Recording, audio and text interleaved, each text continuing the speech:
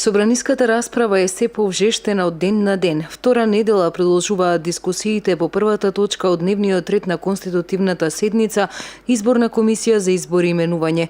Тело кое е од голема важност за изборот на претседател на собранието, негов заменик, членови и заменици на комисијата, од која пак сите предлози, кадровски решенија, управни одбори, комисија и тела зависат. Опозиционата СДСМ минатата недела побара да се одземе правото на говор на пратениците од ВМРО да помане. Од тие причини ние како пратеници во собранието сме решени дека само преку дебата ќе може да се стигне до резултат и само преку дебата ќе може на крајот да стигнеме до избор на оваа комисија. Имаше обид од пратениците на Социјалдемократскиот сојуз да не замолчат, имаше обид преку разни начини, преку разни, така да кажам, финти, меѓутоа за жал за нив, за среќа деловникот на Собранието на Република Македонија дозволува и всушност најосновната работа која што секој пратеник има, а тоа е говорот, дека не може да му се одземи правото на говор на ниеден пратеник. СДСМ побара да се скокне точката за избор на комисијата и веднаш да се избере претседател на собранието, нешто што е спротивно на деловникот кој ако не се почитува, значи се кршат законите и уставот. Нема шанса да се премини на друга точка додека не се заврши расправата по оваа точка која што е веќе почната. Значи, како да кажам, ефтин трик од страна на Социјалдемократскиот сојуз на Македонија, дека дајте сега да прекинеме расправата по оваа точка, да преминеме на следната точка, па после ќе се вратиме пак на точката за избор на комисијата за прашање на изборите и именувањата.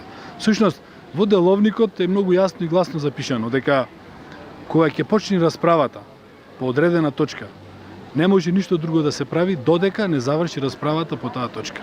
Конкретно за оваа точка има пријавено негде во овој момент околу 45 пратеници и додека тие не го завршат својот одговор, нема може да се премини на друга точка. Најголемиот дел од времето зад говорницата е посветен на така наречената тиранска платформа. Барањето од наша страна за да СДСМ се произнеси по тиранската платформа е од една проста причина. Бидејќи пред изборите СДСМ излезе со некаква си програма во која што не беше нигде спомната тиранската платформа. Од после изборите тие ја прифатија таа тиранска платформа и на еден начин сакат на мала врата да ја вметнат во законодавството на Република Македонија.